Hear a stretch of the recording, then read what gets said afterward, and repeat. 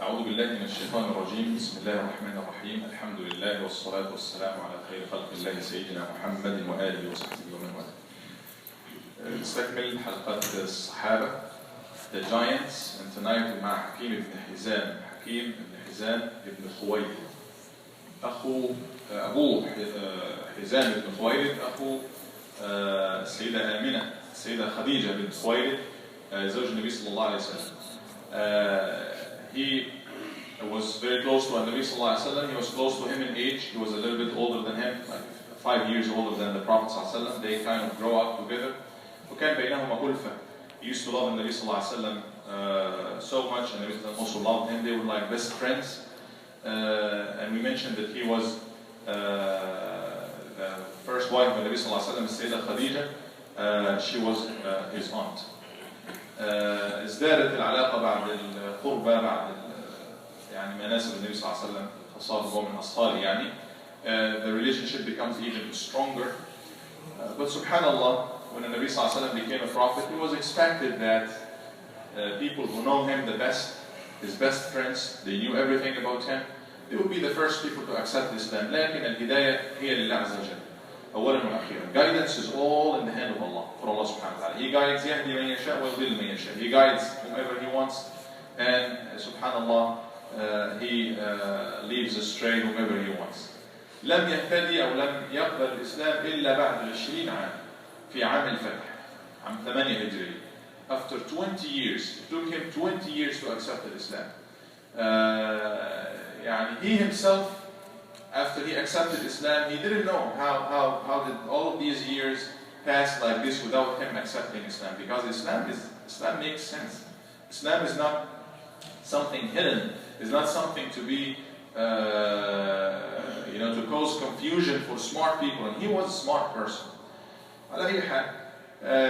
He used to be a very well-known person, rich person from a good family. حتى آلت إليه الرفادة في أيام قريش يعني. الرفادة هي يعني منصب يتقلده يعني يتولى أمور الضعفاء من الحجاج الفقراء. They give him the position. Quraysh is trying to give him the position. You know, Quraysh they take their main pride in hosting the main season for Arabs at this time, which is Al-Hajj, pilgrimage, even before Islam. So every tribe was responsible for something. Hakeem ibn Hezaam was responsible for rifada, which is to host or to provide for those who are needy amongst the Hujjaj. And he used to pay from his own pocket towards this. He was so much generous person. But again, when Islam came, he did not accept Islam. It took him 20 years. He lived with the Nabi sallallahu alaihi wasallam in Mecca, not accepting Islam, but he was not like showing so much animosity against him. He joined the Quraysh in the first battle of Badr, and he was not killed in this battle. And when he came from Badr, he decided, I'm not going to join anything against the Nabi sallallahu alaihi wasallam. He was kind of forced to do it, and even though he did not believe in him, but he was kind of not very hostile against him. So he decided not to join any other battle against him. But again, he was forced again by Quraysh, by his tribe, to do that. And at this time he was thinking about Islam. He was considering Islam. But every time he was thinking about Islam, he was looking at the people around him. يجد في الناس من هو أسن منه. He would find older people who are older than him. He respects them so much, and they are still there. Abu Sufyan is still there. Other people are still there.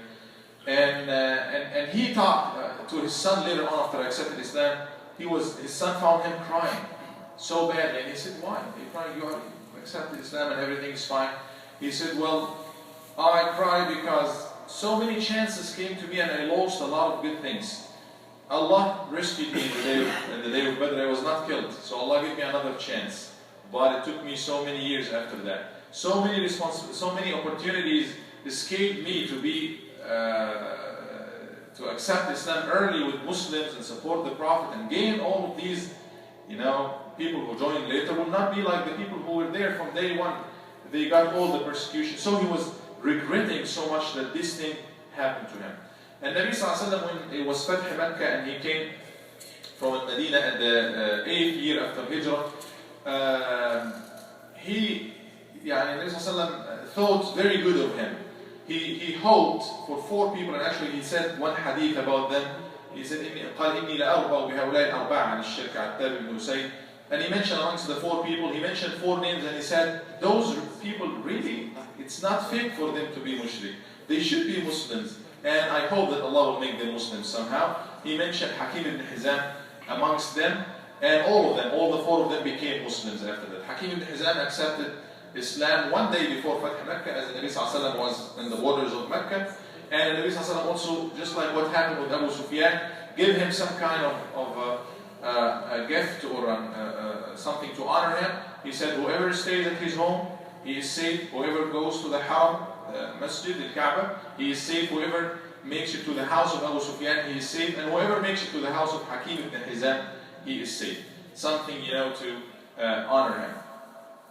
Hakeem ibn Hizam, after that, one situation that happened in Ghazwat Hunayn, after the Battle of Hunayn, and Muslims gained a lot of booties of war, he asked the Nabi Sallallahu Alaihi Wasallam to give him something. He gave him like 100 camels. He was asking and asking. He asked one more time. Then the Nabi Sallallahu Alaihi Wasallam is the most generous. He gave him, but he gave him an advice. He gave him everything he asked for, but then he said, إن هذا المال حلوة خضرة من أخذه يعني بطيب نفس بورك له فيه ومن أخذه باستشراف أو بإشراف نفس يعني لم يبارك له فيه.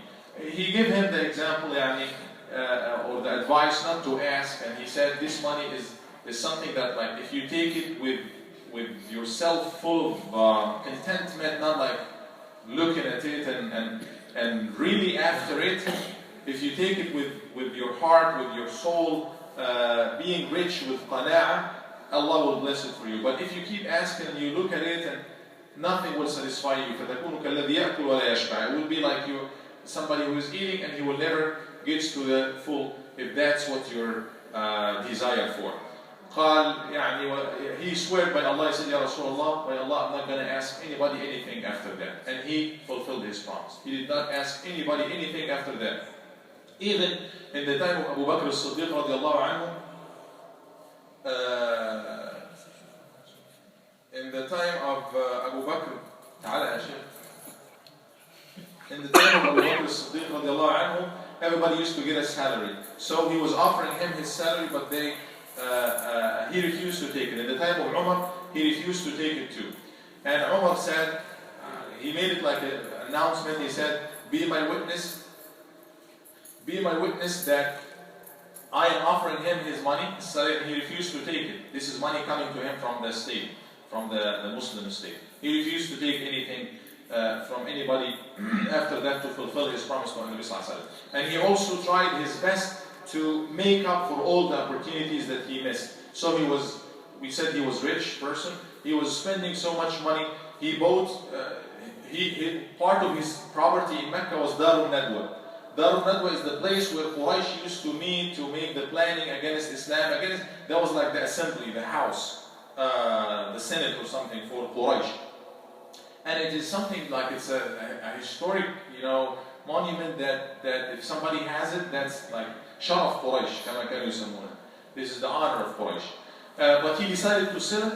He sold it already for Muawiyah ibn Abi Sufyan for 100,000, and he gave it all for sadaqah for Muslimin. Some people were blaming him. How could you do something like that? He said, this is Sharaf of Quraysh. This is the fame of Quraysh. He said, all the fame of all Makarim, all of that is gone. What's really remaining is a taqwa, and he gave all the money for the sake of Allah. In one of his Hajj, again he was trying to make up for all the missed opportunities. He أتى بمئة من العبيد وقلدهم بأطواق من فضة مكتوب عليها هؤلاء عتقاء حكيم بن حزام عتقاء لله عن حكيم بن حزام. He freed 100 slaves at this time for the sake of Allah on his behalf. Another time, another Hajj, he slaughtered 100 camels for the sake of Allah. In a third Hajj, he slaughtered 1,000 goats for the sake of Allah, and all of this meat will go to the poor people amongst Muslims. And he lived so long after that. He lived until he passed away in the year 60 after Hijrah. He was 120 years at this time, and he had so many situations. He was known to be a wise person, and many Sahabah and many people, followers after that, used to seek his wisdom and his hikmah. what we learn from the story of Hakeem ibn Hezaam is it's never too late. And he missed 20 years from being with the Prophet ﷺ, even though he was probably one of the best qualified people to accept, or candidates to accept Islam. Muhammad is his best friend ﷺ. He was smart. He would accept something from his best friend, but he missed it for 20 years. Yet he made it all the way at the end. So it's never too late. If you missed something good in this life, don't let the time pass while you're missing whatever could be there. Let's get closer to Allah subhanahu wa ta'ala. Let's learn something new that gets us closer to Allah Azza wa Jal. It's never too late, just like Hakeem ibn Hezaam. He made it, yes, at the end, but he managed to cover up and to make up for everything that he missed. رضي الله عنه ورحمه الله رحمة واسعة. نسأل الله أن يلحقنا به وبالصحابة الكرام وبالنبي صلى الله عليه وسلم والأنبياء الكرام على خير. جزاكم الله خيرا وصلى الله على سيدنا محمد وعلى آله وصحبه أجمعين.